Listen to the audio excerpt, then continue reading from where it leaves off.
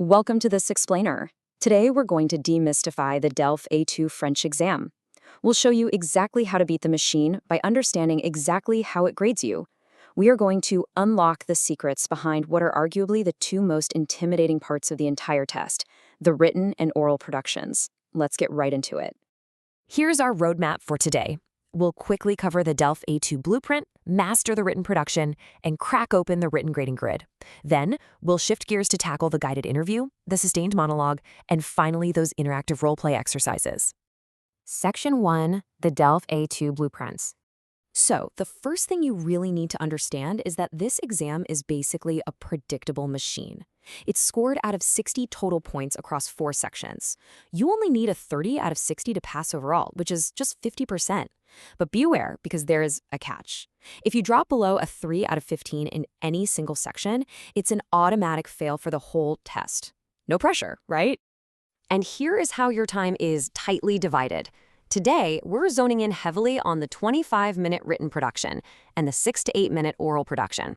These are the active phases of the test. You can't just guess multiple choice here. You actually have to generate the language yourself. That's exactly why having a rock-solid strategy is absolutely vital. Section 2, Mastering Written Production. Okay, let's face our first major hurdle, the production écrite. You have exactly 25 minutes to prove your written skills.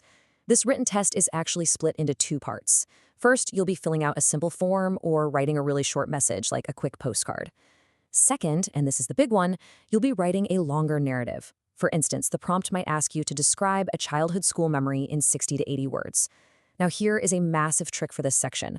Always tell a mini story with a beginning, a middle, and an explicit emotional reaction. Let's look at a full example for that school memory prompt. You could write something like, Je me souviens de mon premier jour d'école. J'ai pris le bus avec mon frère. Quand je suis arrivée, j'étais très contente de voir mes amis. Mais à midi, j'ai oublié mon déjeuner. J'ai eu très peur et j'étais triste. Finalement, mon professeur m'a donné une pomme. C'était une journée inoubliable. Do you notice the structure there? That is exactly 60 words. We set the scene by arriving on the bus, introduced a super simple conflict, forgetting the lunch, resolved it, and most crucially, explicitly stated the emotions throughout, words like contente, peur, and triste. Following this basic narrative arc within the exact word count limit is literally your key to a top score. Section 3, the written grading grid. All right, so here is your actual cheat code. This is the exact 6-point grading grid examiners use to score that written story. If you know what they're looking for, well, you know exactly what to give them. First tip, you get 1.5 points literally just for respecting the prompt and hitting that word count limit. Don't write too little, don't write too much. Next, simply describing the past events of your story gets you up to 4 points. But here is the ultimate trick to max out your score. Look at the third criteria. Capacité à donner ses impressions. Communicating your feelings is worth a massive 2.5 points. That is exactly why, in our previous example, writing j'étais très contente and j'ai eu très peur was so critical. Never just list facts. Always add how you felt about them. And finally, notice that vocabulary, spelling, and grammar combined only account for 5.5 points out of the total 15.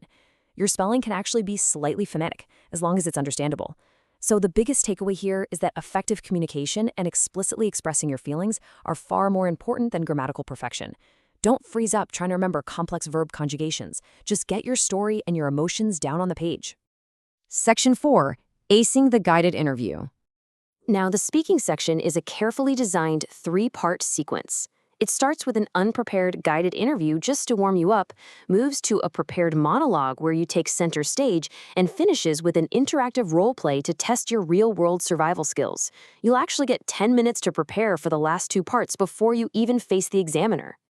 For the first part, the guided interview, examiners will just ask unprompted questions about your life, your family, or maybe your last vacation. The trick here is exactly the same as in the written section. Answer with simple past actions and instantly add your impressions, just like this perfect example does. The candidate states a fact, Je suis allé faire du ski dans les Alpes, and immediately follows it up with an impression, C'était super. This shows the examiner right out of the gate that you can comfortably communicate both experiences and emotions. Section 5, the sustained monologue. Let's look at an actual DELF A2 example describing a favorite restaurant. Notice how the speaker racks up points on the grading grid here. They clearly state the subject, a small Indian restaurant called Le Rêve Gourmand. Then they detail the physical ambiance, mentioning it's by a river with traditional decor.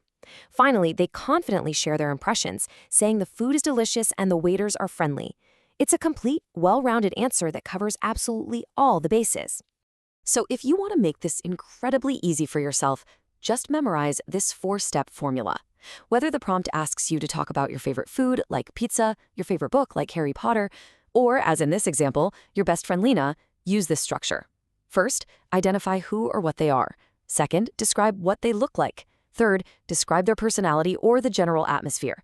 And lastly, and definitely most importantly for those impression points, explain exactly how they make you feel. It works every single time.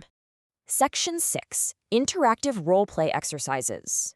Finally, we reach the climax of the exam, the interactive role-play. This is a 3 to 4 minute exercise where you and the examiner actually have to solve a daily life problem together. You'll draw 2 scenarios and pick one. For example, you might pull a prompt that places you in a hotel in France, and you're the only one in your family who speaks French. You have to approach the receptionist, who is played by the examiner, and ask about hotel activities, call a taxi, or get some restaurant recommendations. The crucial takeaway here? You must take charge of the conversation. Do not just sit there and wait for the examiner to drag the information out of you. You need to initiate the greetings, ask for information, make suggestions, and naturally accept or refuse their proposals. You want to show them you can handle a real, dynamic social interaction with confidence. Take a look at this perfect role-play exchange from an apartment hunting scenario. Notice how proactive the tenant candidate is. They clearly state exactly what they need, an apartment for 2, and they proactively set a strict budget of €700. This is brilliant because it forces the landlord examiner to react and offer specific solutions, which naturally creates a highly authentic back-and-forth dialogue.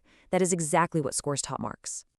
So now you've got the blueprint, you've seen the exact grading criteria, you know the storytelling tricks for the written section, and you have specific formulas for the oral sections. Now it's time to put all of this into practice. I challenge you right now. Set a timer for 2 minutes and answer this actual DELF A2 prompt out loud in French. Quel est votre plat préféré? Décrivez-le. Remember to state the facts, describe the details, and most importantly, share your feelings. Good luck and keep practicing.